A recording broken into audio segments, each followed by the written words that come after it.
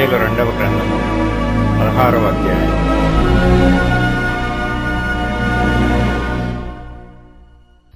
దావీదు కొండ శిఖరము అవతల కొంచెము దూరము వెళ్లిన తరువాత మెఫీబోషెతు సేవకుడైన సీబా గంతలు కట్టిన 2 గాడిదలను తీసుకొని వచ్చెను.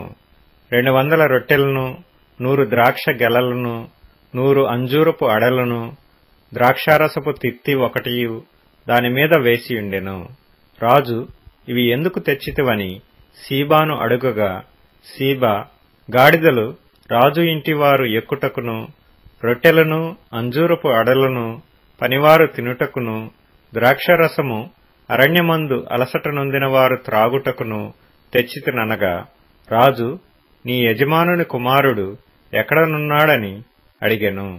అందుకు సీబా, చిత్తగించుము, ఈవేళ ఇశ్రాయేలీయులు తన తండ్రి రాజ్యమును తనకు తిరిగి ఇప్పింతురనుకొని అతడు యెరూషలేములో నిలిచియున్నాడనెను.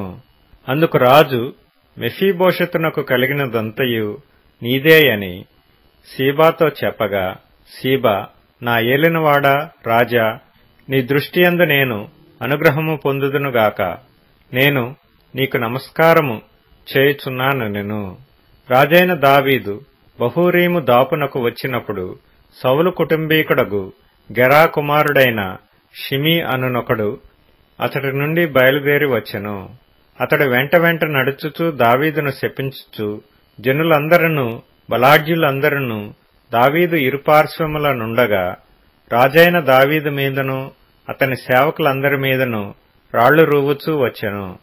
ఈ షిమీ, నరహంతకుడా, దుర్మార్గుడా, చీపో చీపో, నీ వేలవలనని నీవు వెళ్లగొట్టిన సౌలు ఇంటివారి హత్యను యెహోవా నీ మీదికి రప్పించి, యెహోవా నీ కుమారుడైన అబ్షాలోము చేతికి రాజ్యమును అప్పగించియున్నాడు. నీవు నరహంతకుడువు గనుకనే నీ మోసములో నీవు చిక్కుబడి ఉన్నావని చెప్పి రాజును శపింపగా, సెరూయా కుమారుడైన అబీషై, ఈ చచ్చిన కుక్క, నా ఏలినవాడవును రాజువునగు నిన్ను శపింపనేలా? నీ చిత్తమైతే నేను వానిని చేరబోయి వాని తల ఛేదించి వచ్చెదనెను. అందుకు రాజు, సెరూయా కుమారులారా, మీకును నాకును ఏమి పొందు? వానిని శపింపనీయుడు. దావీదును శపింపుమని యెహోవా వానికి సెలవీయగా, నీవు ఈలాగున నెందుకు చేయుచున్నావని ఆక్షేపణ చేయగలవాడెవడని చెప్పి అబీషైతోనూ తన సేవకులందరితోనూ పలికినదేమనగా, నా కడుపున పుట్టిన నా కుమారుడే నా ప్రాణము తీయ చూచుచుండగా ఈ బెన్యామీనీయుడు ఈ ప్రకారము చేయుట ఏమి ఆశ్చర్యము? వాని జోలి మానుడి. యెహోవా వానికి సెలవిచ్చియున్నాడు గనుక వానిని శపింపనీయుడి.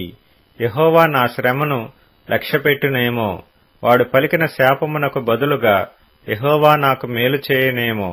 అంతటా దావీదును అతని వారును మార్గమున వెళ్లిపోయిరి. వారు వెళ్లిపోవుచుండగా షిమీ అతనికెదురుగా కొండ ప్రక్కన పోవుచు అతని మీదికి రాళ్లు విసురుచు ధూళి ఎగరగొట్టుచూ నుండెను.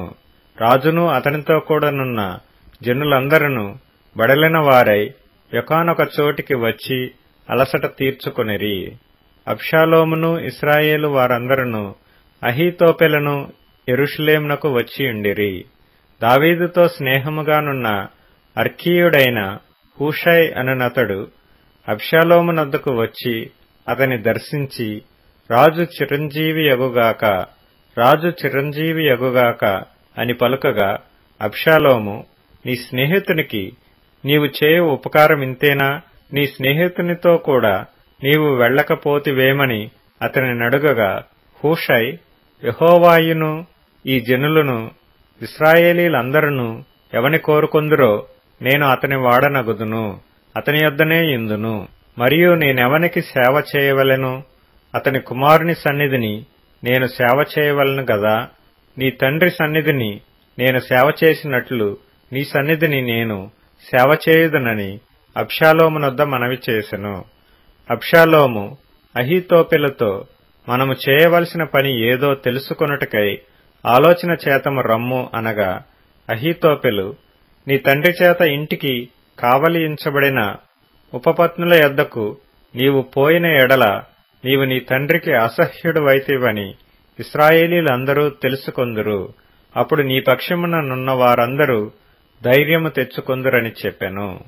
కాబట్టి మేడమీద వారు అబ్షాలోమునకు గుడారము వేయగా ఇశ్రాయేలీలకందరికీ తెలియనట్లుగా అతడు తన తండ్రి ఉపపత్నులను కూడెను.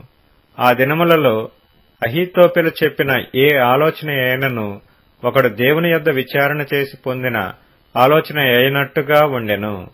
దావీదును అబ్షాలోమును దానిని అట్లే ఎంచుచుండిరి.